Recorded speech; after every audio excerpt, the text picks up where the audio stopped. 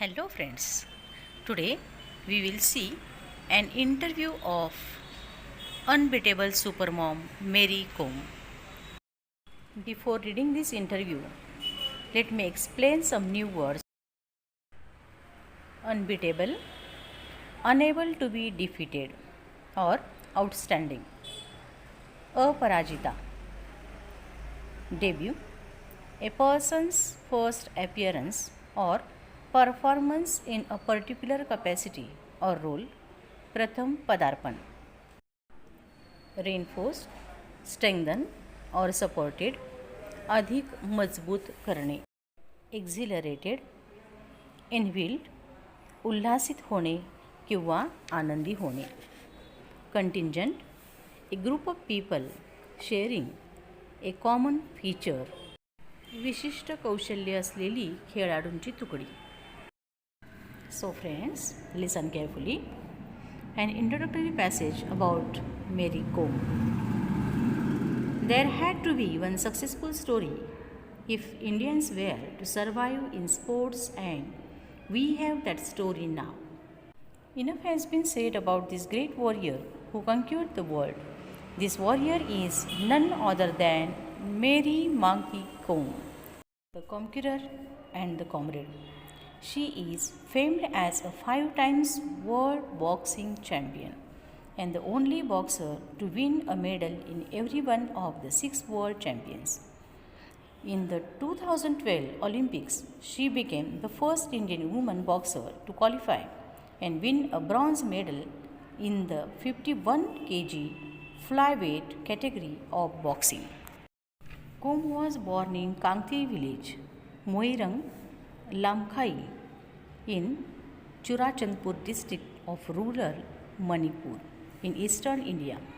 She came from a poor family. Her parents, Mangte Tonpa Kom and Mangte Akham Kom, were tenant farmers who worked in jute fields.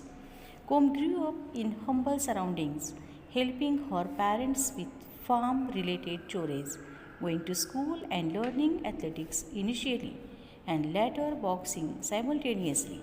Her father was a keen wrestler in his younger age. She had an eager interest in athletics since childhood, and the success of Dinko Singh, a fellow Manipur, returned from the 1998 Bangkok Asian Games with a gold medal. Kom recollects had inspired many youngsters in Manipur to try boxing, and she too thought of giving it a try. Mary Kom's career started in 2000 after her victory in the Manipur State Women's Boxing Championship and the Regional Championship in West Bengal. In 2001, she started competing at international level. She was only 18 years old when she made her international debut at the first AIBA Women's World Boxing Championship in United States, winning a silver medal in the 48 kg weight category. Her greatness is reinforced by the way she apologized to the whole nation for not being able to win the gold. She is a legend for sure and an idol for all the sportswomen to look up to. आता आपण प्रत्यक्ष मुलाखत बघूया. Sports क्रीडाची बातमीदार तारुका श्रीवास्तवने घेतलेल्या एका विशेष मुलाखतीत Olympic कांस्यपद विजेत्या मेरी कोमने आपल्या ऑलिम्पिकच्या तयारीविषयी आणि पदक मिळाल्याच्या आनंदाविषयी सांगितले आहे. मुलाखतकार प्रश्न विचारत आहेत आणि मेरी कोम त्याला उत्तर देत आहेत. पहिला प्रश्न, सर्वप्रथम भारतासाठी ऑलिम्पिक पदक जिंकणाऱ्या तुम्ही पहिल्या महिला बॉक्सर आहात. या भावनेने तुम्ही अजूनही भारावून गेला आहात का? मेरी कोम म्हणते, या यशामुळे मला खूप आनंद झाला आहे आणि हो, मी अजूनही भारावलेले आहे. खूपच हर्षभरित झाले आहे. मुलाखतकारांचा दुसरा प्रश्न, भारताकडून बॉक्सिंगसाठी तुम्ही एकमेव महिला प्रतिनिधी होता, त्यामुळे तुम्हाला जास्त जबाबदारी जाणवली नाही? नाही, अजिबात नाही. मला स्वतःबद्दल पूर्ण आत्मविश्वास होता. तुमचे प्रशिक्षक चार्ल्स ॲटकिन्सन यांना तुमच्याबरोबर ऑलिम्पिक्समध्ये येण्याची परवानगी दिली नव्हती. त्याचा तुमच्या तयारीवर काय परिणाम झाला? हो, त्यांची कमतरता मला तिथे भासली, पण आम्ही चांगली पूर्वतयारी केली होती आणि त्यामुळे मी पूर्णपणे तयार होते. ऑलिम्पिक्सच्या तयारीच्या काळात भारतीय पुरुष बॉक्सर्सनाही तुम्ही ठोसे लगावलेत. तुमचा आवडता सहकारी कोणता? मेरी कोम हसून म्हणाल्या, हो, पुण्यात मी बरीच मेहनत घेतली आणि पुरुष बॉक्सर्सची मी आभारी आहे, कारण मला जेव्हा कधी आवश्यकता भासली तेव्हा त्यांनी माझ्या सराव करण्याची तयारी दाखवली. त्यामुळे कुणा एकाचं नाव घेणं योग्य नाही. तुम्ही असे म्हटले होते की ॲडम फार हुशार होती, प्रतिप्रहार करणारी होती, पण शक्ती असली तरी तिच्याकडे रणनीती नव्हती. मी गुण मिळवत होते, पण तरीही परीक्षक बटन दाबत नव्हते. उपांत्य फेरीमध्ये हरण्यात पक्षपाती निर्णयाचा वाटा आहे असे तुम्हाला वाटते का? हो, काही निर्णय दुर्दैवी होते आणि माझ्यासाठी फायदेशीर नव्हते असेही मला वाटतं. 1.3 अब्ज लोकसंख्येचा आपला देश असूनही भारताने 2012च्या ऑलिम्पिक्समध्ये फक्त 6 पदके मिळवली. आपल्या लोकसंख्येच्या प्रमाणात पदके जिंकावी यासाठी कुठे व कसा बदल होणे गरजेचे आहे असे तुम्हाला वाटते? मेरी कोमने उत्तर दिले, आपल्याला आणखी सुवर्णपदके जिंकायची असतील तर अधिकाधिक लोकांना खेळ हे पूर्ण वेळेचे क्षेत्र म्हणून निवडायला हवं असं मला वाटतं. अधिक कॉर्पोरेट कंपन्यांनी खेळाडूंचे प्रायोजक म्हणून पुढं आलं पाहिजे, जेणेकरून खेळाडूंवर आर्थिक दडपण येणार नाही आणि ते खेळांवर लक्ष केंद्रित करू शकतील. ऑलिम्पिकच्या पलीकडे भारतामध्ये बॉक्सिंगची आवड पसरेल असे तुम्हाला वाटते का?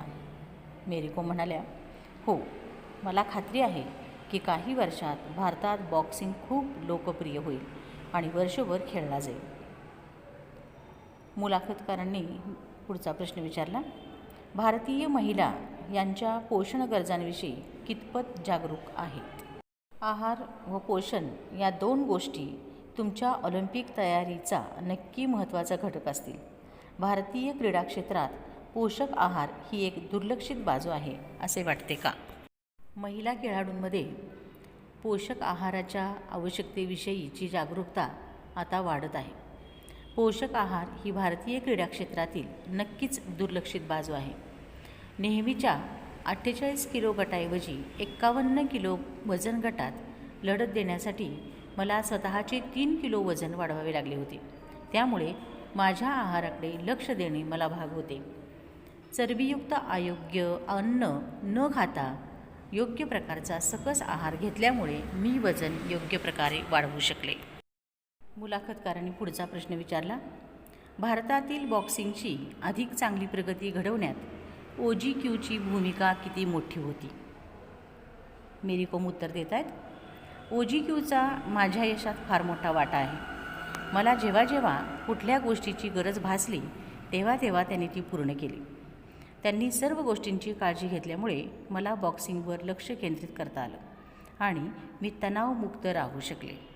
भारतीय बॉक्सिंगच्या भवितव्याविषयी तुमचे मत काय आहे? भविष्य खूप उज्ज्वल आहे आणि अनेक बॉक्सर्स आपल्या देशासाठी पदके जिंकून आणतील याची मला खात्री आहे. तुमच्या मुलांना मारामारी करू नका असे सांगणे तुम्हाला जमते का? कारण बाहेर तेच तुम्ही सफाईदारपणे करता, ती तुम्हाला नेहमी बघत असतात. हो, मला जुळी मुलं आहेत आणि त्यांना ताब्यात ठेवणं कधीकधी खरंच कठीण असतं. पुढचा प्रश्न मुलाखतकार विचारतात, तुमच्या मुलांनाही बॉक्सर बनण्याचे प्रशिक्षण तुम्ही देणार आहात का? मेरी कोमने उत्तर दिले, खरं सांगायचं तर मी अजून त्याबद्दल विचार केलेलाच नाही. सध्या तरी त्यांची आई बॉक्सिंग करते तेवढं पुरे आहे. मुलाखतकार पुढचा प्रश्न विचारतात, महिला कोणत्याही क्षेत्रात पुरुषांशी स्पर्धा करू शकतात हे दाखवून भारतातील महिलांबद्दलचे अनेक रूढीबद्ध विचार तुम्ही मोडीत काढले आहेत. परंतु महिलांच्या स्वयंपाकासारख्या पारंपरिक कामात तुम्ही कितपत पारंगत आहात? मेरी कोमने उत्तर दिलं की मी स्वयंपाक आणि इतर घरकामात पारंगत आहे. मुलाखतकारांनी पुढील प्रश्न विचारला, पुढील काळात भारतीय महिलांना मुष्टियुद्धात प्रशिक्षण देण्यात तुम्ही रुची घ्याल का? मेरी कोमने उत्तर दिले, पाहूया, भविष्यात कदाचित घेईनही.